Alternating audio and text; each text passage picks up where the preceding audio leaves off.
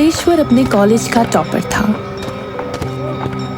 आंखों में बड़े सपने सजाए अजरा के साथ भविष्य के सपने की बात कर रहा था कि अचानक फोन आता है, उसके पिता की मौत हो गई है। वह घर पहुंचता है और पता चलता है पिता के दुश्मनों ने पूरा बिजनेस भी हथिया लिया। पिता की मृत्यु के बाद कलवा दर दर की ठोकरें खा रहा था। खाने पीने की कमी और चिंता से उसका शरीर गल गया था। वह गांव चला आता है। बड़ी मुश्किल से उसे एक अस्पताल में वॉचमैन का काम मिला और जिंदगी की गाड़ी खींचने लगी।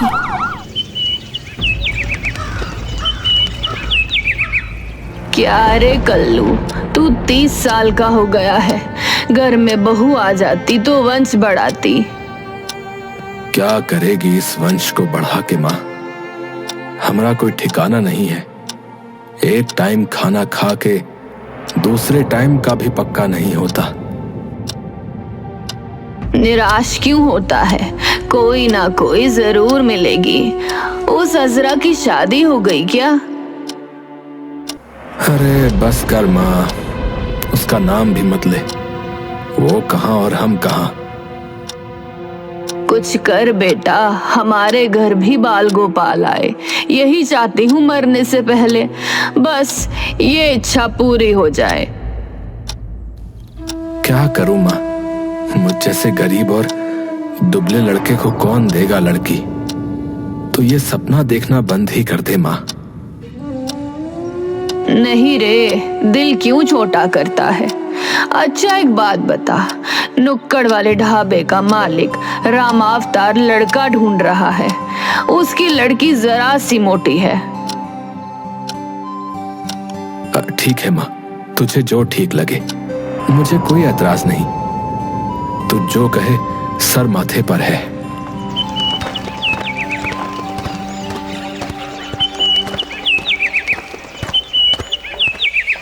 कलवा की माँ के हाँ कहने के बाद ढाबे वाले ने अपनी लड़की सुतली से कलवा से शादी के बारे में बात करता है। बापू, मुझे तो बस ऐसा घर चाहिए कि चैन से रहूं और भरपेट खाऊं। पतले या मोटे से, मुझे तो बापू बस खाना खिलाए भरपेट। वैसे भी तू पढ़ी लिखी तो है नहीं, देखने में भी कुछ खास नहीं है। कोई और तो तुझसे शादी करेगा नहीं।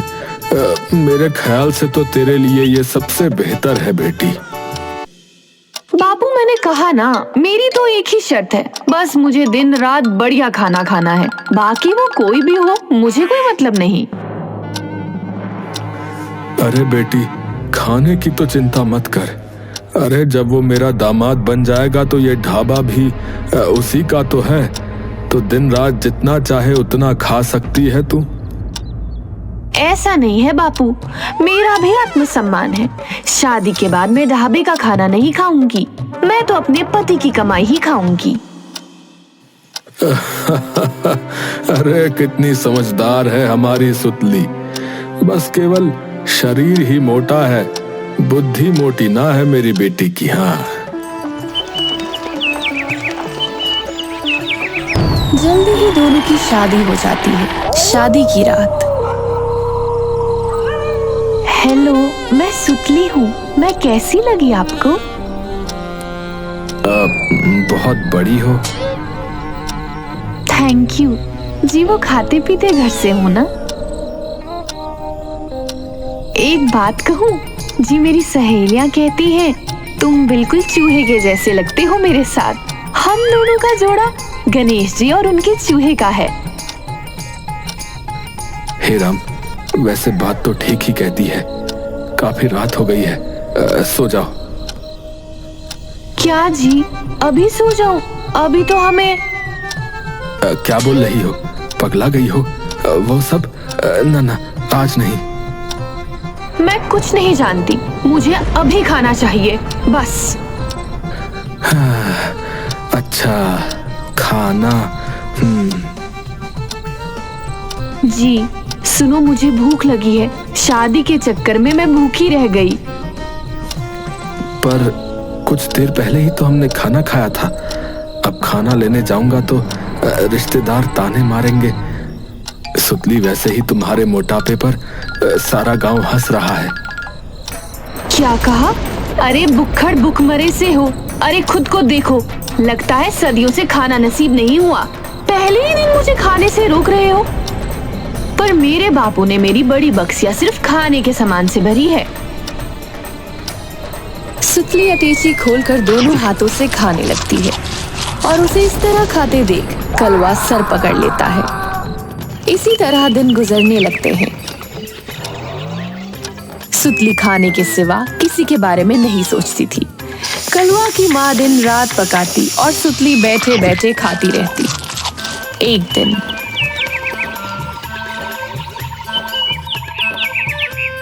बहू, मैं सत्संग में जा रही हूँ, पराठे बना दिए हैं, खा लेना तुम दोनों। अब तो भगवान ही दया करे लल्ला के खाने पर, उसके लिए बचा लेना, लल्ला भूखा ना रह जाए। माँ जी, अपने बेटे को देखा है, वो खाना खा के क्या करेगा? ये सीखिया पहलवान तो एक चिड़िया भी ना पाए हा नहीं तो। हे भगवान, सुबह से केवल 4 आलू के पराठे ही खाए हैं, 2 घंटे से कुछ नहीं खाया। ना जाने कैसे घर में शादी हो गई, भूख के मारे दम निकला जा रहा है और ये बस 8 पराठे बना के गई है। वह जल्दी जल्दी सारे पराठे खा जाती है। तभी कलवा की आवाज आती है। सुतलिया, अरे माँ कह रही थी उसने जाने से पहले आलू के पराठे बना दिए हैं, पर यहाँ तो कुछ दिखाई नहीं दे रहा। जरा जल्दी से मुझे नाश्ता दे दे, अरे बहुत भूख लगी है आज। आय हाय हाय, तुम्हारी माँ ने कोई 24 से 40 पराठे नहीं बनाए थे, मात्र 8 पराठे बनाए थे। मुझे भूख लगी थी, मैंने खा लिए।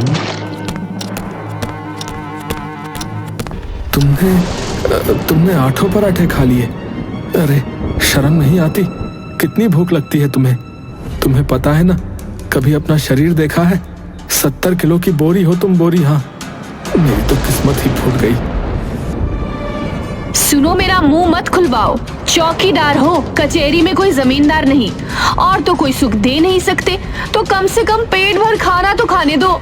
पता नहीं बापू ने किस भिखारी से ब्याह दिया मुझे, सूख कर कांटा हुई जा रही हूँ, समझे? किस्मत ने अच्छा बदला लिया, इसे खाने के सिवाय कुछ सोचता ही नहीं। मुझे पता है आटा खत्म होने के कारण माँ ने सिर्फ 8 ही पराठे बनाए होंगे और खुद भूखी चली गई कि सत्संग में खा लेगी। और एक ये है जो कुछ समझती ही नहीं। कलवा के जाने के बाद माँ आती है।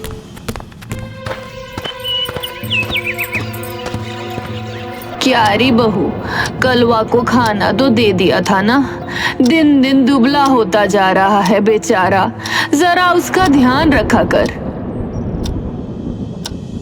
रहने दो बातें बनाना सासू जी, इतना ख्याल होता मेरे बेचारे पति का तो ज्यादा पराठे बना के जाती। वो तो मेरी ही भूख न शांत कर पाए तो उनको क्या देती? न जाने कैसे घर में शादी हो गई, पेट भर खाना भी हराम हो गया है। अरे दोनों के लिए 4-4 तो बनाए थे, करम जली तूने उसे खाना नहीं दिया ना। अरे अरे, शर्म नहीं आती अम्मा? अब क्या इस घर में मेरा खाना भी गिना जाएगा?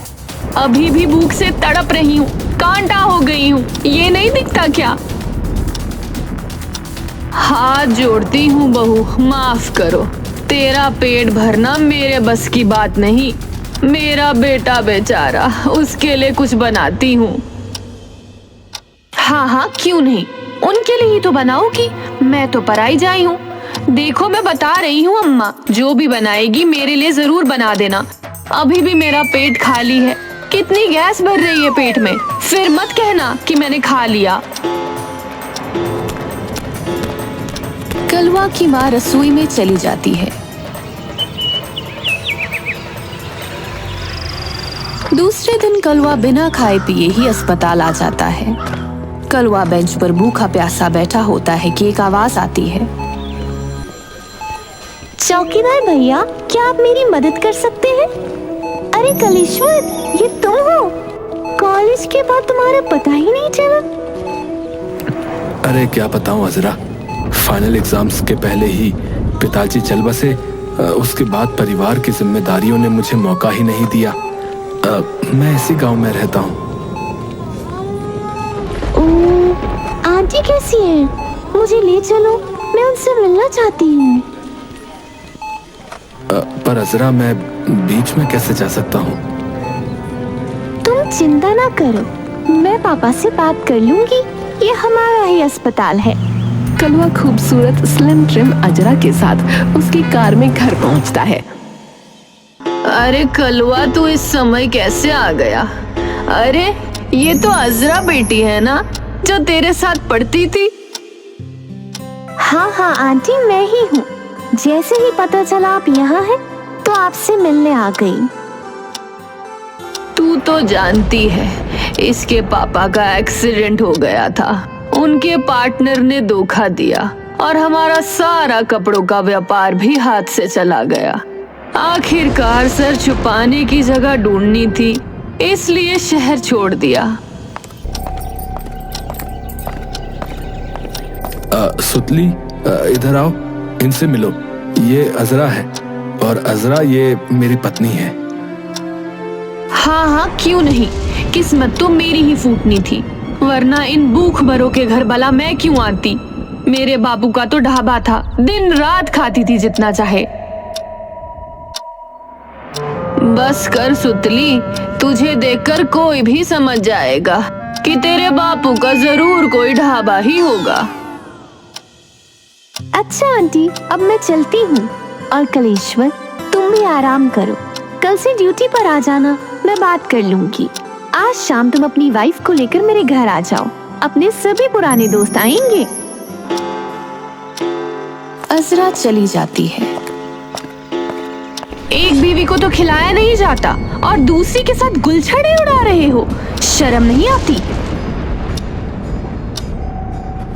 बस कर। अजरा कलेश्वर से शादी करना चाहती थी, लेकिन उसकी किस्मत में तो तू थी हथनी।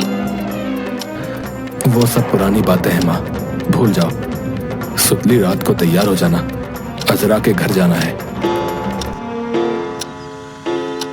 अच्छा है, कम से कम पेट भर खाऊंगी। माँ जी के हाथ में तो स्वाद ही नहीं। कितने बजे चलना है? देखो, वहां मेरे सारे दोस्त होंगे, तुम अपने खाने पर कंट्रोल रखना। खाने के लालच में सुतली अजरा के घर आती है। वहाँ कलेश्वर के सारे पुराने दोस्त होते हैं। उनके सामने खुद को देख सुतली को बहुत शर्म आती है। लीजिए सुतली जी, आप तो खाने की शौकीन लगती हैं। आपने कलवा को भी बदल दिया होगा। और क्या, इसे तो जब भी फोन करो एक ही बात कहता था, सुतली के बिना नहीं आऊंगा या सुतली के बिना नहीं खाऊंगा। सब हंसने लगते हैं। चलो सुतली, खाना शुरू करते हैं। लेकिन कलेश्वर, तुम्हें तो बच्चे बहुत पसंद थे। शादी को 4 साल हो गए, फैमिली प्लान नहीं की। वैसे इतना फैट होने से प्रेगनेंसी में मुश्किल हो सकती है। इन्हीं में कुछ कमी होगी, वरना अब तक हमारे कितने ही बच्चे होते। कल मेरे क्लिनिक में आ जाना, तुम्हारी ये शिकायत भी दूर हो जाएगी। अगले दिन डॉक्टर शीना सुतली और कलवा दोनों का चेकअप करती है और टेस्ट करवाती है। फिर कुछ दिन बाद बुलाती है। 2 दिन बाद। सुतली, मैं जो कह रही हूँ उसे हिम्मत से सुनना। मुझे पता है, इस दुबले पतले कमजोर रमेश में सैकड़ों कमियां होंगी, इसलिए आज तक मेरी गोद सुनी है। ज्यादा खाने की वजह से तुम्हारे शरीर में चर्बी बहुत बढ़ गई है और काफी ब्लॉकेज बन गए हैं। सॉरी, तुम माँ नहीं बन सकती। सुतली घर आती है। मैं तुम्हारे घर को कोई वारिस न दे पाऊंगी। हम बच्चा गोद ले लेंगे। सुतली, तुम अपना वजन कम करके माँ बन सकती हो। हाँ हाँ, सब जानती हूँ। अब तो मुझे टॉर्चर करोगे तुम दोनों, पर मैं किसी से डरने वाली नहीं हूँ। इसको छोड़, अब हमें ही कुछ करना होगा। ये तो खाना छोड़ने वाली नहीं। अगले दिन कलवा 24 दिन के लिए शहर चला गया।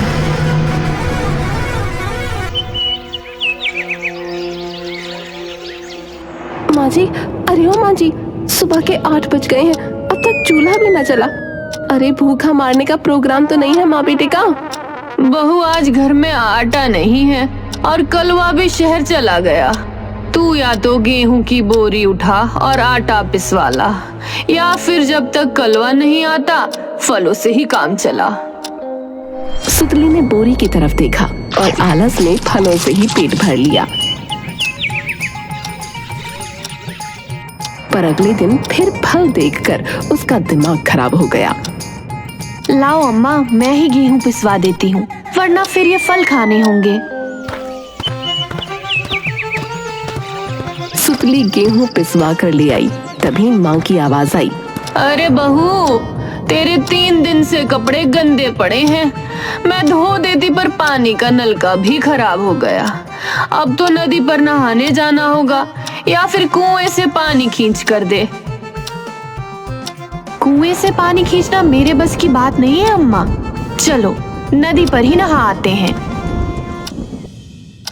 4 किलोमीटर दूर है, फिर ये गंदे कपड़े भी। मेरे घुटने में दर्द है। तू ठहरी जवान, जा नहा और कपड़े भी धो लियो। वाह हरी किस्मत। लाओ माँ, कपड़े दे दो, वरना कपड़े सड़ने लगेंगे। सुतली नदी पर पहुंची तो गांव की दूसरी औरतों को देख हैरान रह गई। नीला ताई बोली, सुनो, तुम सब कल गोद भराई की रस्म में आना, दावत है, मेरी बहू माँ बनने वाली है। वाह ताई, फिर तो बढ़िया दावत मिलेगी। देख सुतली, तेरी शादी को तो इतने साल हो गए, सुना है डॉक्टर कहे हैं तुझे बच्चा ना होवेगा। हाय दैया, तो ये क्या भांज है ताई? बिना माँ बने औरत को तो जीना ही नहीं चाहिए, वो तो कलवा सीधा है, वरना हम तो घर से निकाल बाहर करते ऐसी अभागी को जो कुल दीपक भी न दे पाए। हमारी भांज का तो चेहरा देखना भी अशुभ होता है। अरे सुतरी, आज से घाट पे ना आना, और तुम सब अपने बच्चों को इसकी आंख से बचाओ, नजर लगा दी तो लेने के देने पड़ जाएंगे। कपड़े धोकर उदास सुतली घर आ गई। उसकी सास खाट पर पड़ी कराह रही थी। सुतली, मुझे तो तेज बुखार है, आज खाना तो तुझे ही बनाना होगा। उदास सुतली औरतों की बातों को सोचते सोचते खाना बनाने लगी। अगले दिन सास ने सुतली को फिर नदी पर जाने को कहा। रहने दो माँ जी, मैं कुएं से ही पानी खींच लूंगी, उस घाट पर मुझे नहीं जाना चाहिए। क्यों री, हुआ क्या? किसी ने कुछ कहा क्या? माँ सच ही तो कहा, मैं तो अभागी हूँ, मुझे माफ कर दो, मुझे घर से ना निकालना। अरे बबली, कैसी बातें करती है? कोई कुछ कहे तो मुझे बताना, समझी? तू खुश रह, तू हंसते ही अच्छी लगती है। इसी तरह 15 दिन तक उदास सुतली पूरे घर का काम करती रही।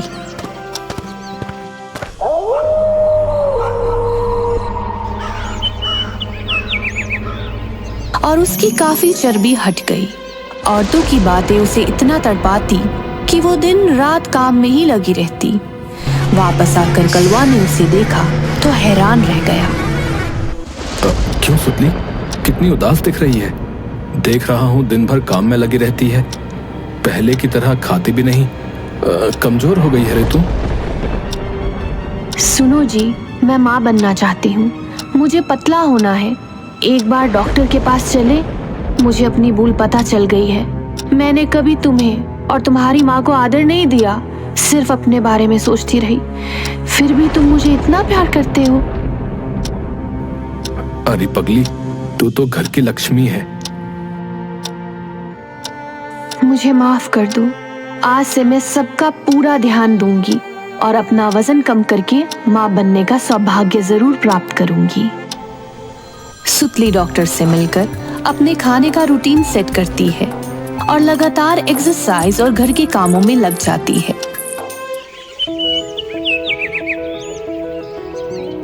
जल्द ही वह अपना वजन काफी कम कर लेती है।